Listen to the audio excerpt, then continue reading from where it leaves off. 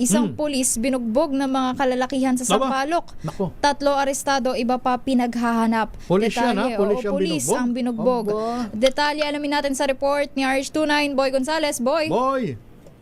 Jackie Lakay Romel, isang pulis na nakatalaga sa QCPD, ang binugbog ng ilang individual sa Sampaloc, Manila matapos sa umano'y insidente ng snatching na kinasasangkutan ng isang menor de edad o CICL.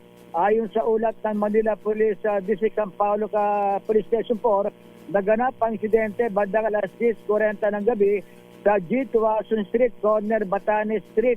Bago ang insidente, sakay ng motorsiklo ang pulis at isang saksi patungo sa kanyang bahay na madaanan nila ang isang komosyon sa lugar. Bilang pulis, agad itong huminto upang rumesponde at pakalmahin ang sitwasyon. Batay sa investigasyon, sinabi ng isang individual na biktima siya ng snatching at itinuro ang isang menor de edad bilang suspect. Dito na dinila ng pulis ang minor sakay ng kanyang motorsiklo upang isuko sana sa pinakamalapit na himpilan ng pulisya. Gayunman, dumating ang mga kaanak at kasama ang minor de edad o CICL at dito na umano nagugat ang tensyon matapos mapagkamalang sinagta ng pulis ang minor de edad. Dito na umano sinugod at pinagsusuntok ang pulis at tinamaan pa ng helmet sa iba't ibang bahagi ng katawan. Sa gitna ng insidente, napilitan ng pulis na magpapatok ng isang beses upang ipagtanggol ang sarili. Agad na mag-responde ang mga otoridad na nagsagawa ng follow-up operation na nagresulta sa pagkakaaresto ng 3 pang suspect. Patuloy ang investigasyon ng mga tauhan ng Manila Police District sa naturang insidente. Nako. Mabuti, boy, nakahulag po sagad yung pulis. Kasi yung pinapakita mong video, ilang kalalakihan na kumukuyog sa Dinumog kanya na siya, Oo. Nung umatras siya, medyo lumayo, Aha. bilang pulis, siyempre may baril yan eh. Oo. Nag-warning shot. Nag-warning shot daw. Sabi ng mga, doon nga nagkaroon ng pulasan at nag-respond din naman ang mga tauhan ng Sampaloc Police District. Itong Sampaloc Police Station.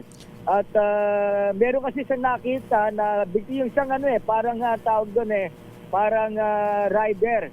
Biktima na snatching. Ang suspect, ang pinaginilaan ay isang minor. Kaya nung kanyang Respondihan. Nako, kinuyog siya ng mga kasama.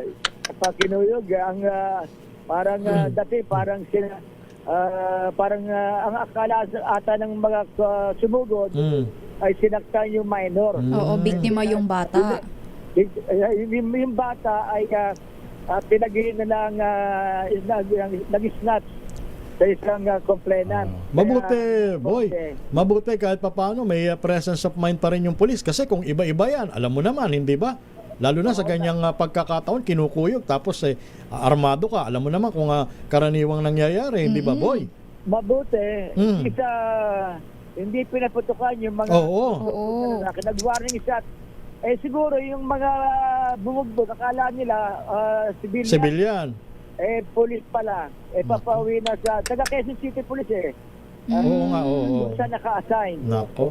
Kita mo sa contributed video, talagang kinukuyog. Oo, kitang-kita Itong at saka mabuti, boy, hindi na agaw yung kanyang baril. Isa pa yon. Oo, isa rin yun. Parang nakita mo naman yung ng mga tao, parang walang takot eh. Wala oo. Asip parang hindi pulis yung ginugulpi nila. Ayun hinahatak ba Grabe naman Nung mag-follow up, meron namang na-aresto pero hindi na minor. Kaya nire-review ng mga otoridad yung video na kumalat para malaman kung sino-sino ang mga sangkot, mga suspect sa pambubugbog dyan sa police na naka-assign sa Quezon City. Okay. Ito si Boy Gonzales para sa Lisa Rezona sa Pilipinas, sa Pilipino.